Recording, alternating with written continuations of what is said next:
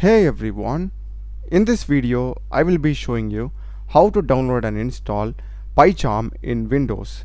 So let's get started. First thing, I'll be showing you how to install Python because we need Python in our system to run the project in PyCharm. So as usual, just Google Python download, click on the first link from python.org, and this is the latest version of Python 3.13.5. If you want to go with some older versions, you can just scroll down and download it from here. For me, I will go with the latest one. So click here.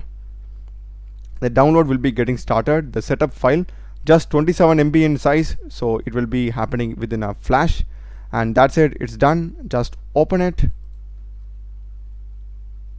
and you'll be getting the Python install setup. Make sure that you're checking both the checkboxes over here. This adds Python's path automatically to the environment variable. So make sure that you're checking these and select install now and select yes. So once the setup was successful, you can just click on close, and now just open command prompt and check if you have installed Python successfully by running the command python space --version and hit enter. So if you are getting the version, it means you have successfully installed Python, else you need to add the path to the environment variable. So now we are done with Python. Let's go and install PyCharm. So just Google PyCharm download and click the first link from jetbrains.com. Select it, and here you will be having the first download link of PyCharm. This is a paid version, and if you want to go with the free version of PyCharm, just scroll down and we'll be having the PyCharm community edition. This is free and built on open source. So just select download and the download will be getting started. It is about 625 MB in size, so just be patient till then. So once the download is complete, just open it and you'll be getting the PyCharm community edition setup. Select next, and this is going to be the destination folder where PyCharm is going to get installed. So by default it is in C program files. In case if you want to change it, you can just select browse and change it. So I have changed the location. After that, just select next and make sure that you are checking all these. First one is create desktop shortcut, enable this. Add open folder as project, enable this also. Add bin to the environment variable, check these, and add .py associations also, so which helps us to open .py files with PyCharm. So make sure that you're checking everything and select next, and this is fine. Select install.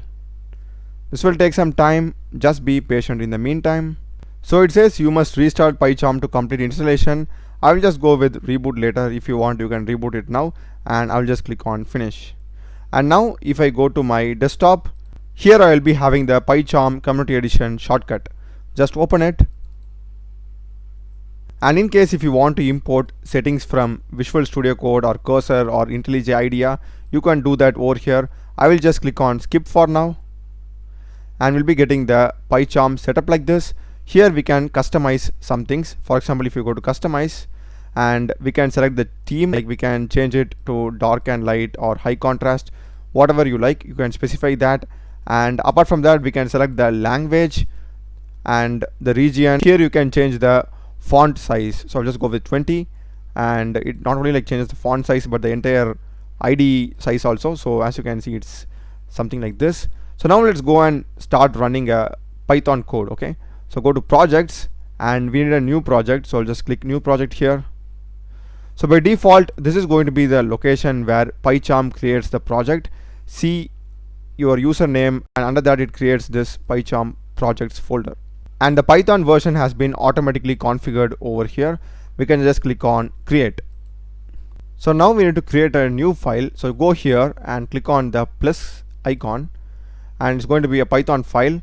Just name it as test.py and hit enter. So as you can see, we will be having the file over here. So I'll just go with a simple print command. So we are having the IntelliSense also, it automatically like recommends the code, and I'm just going with a simple print statement, and here we are having the Python version also. I will just now run this.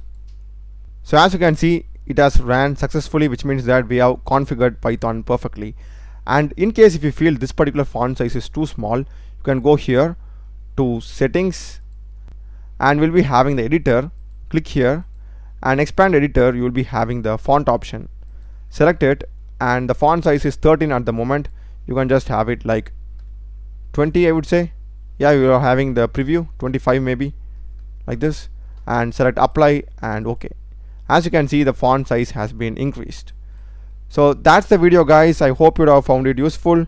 Do check the playlist of my channel. Done a lot of videos in programming and AI tools. Subscribe me.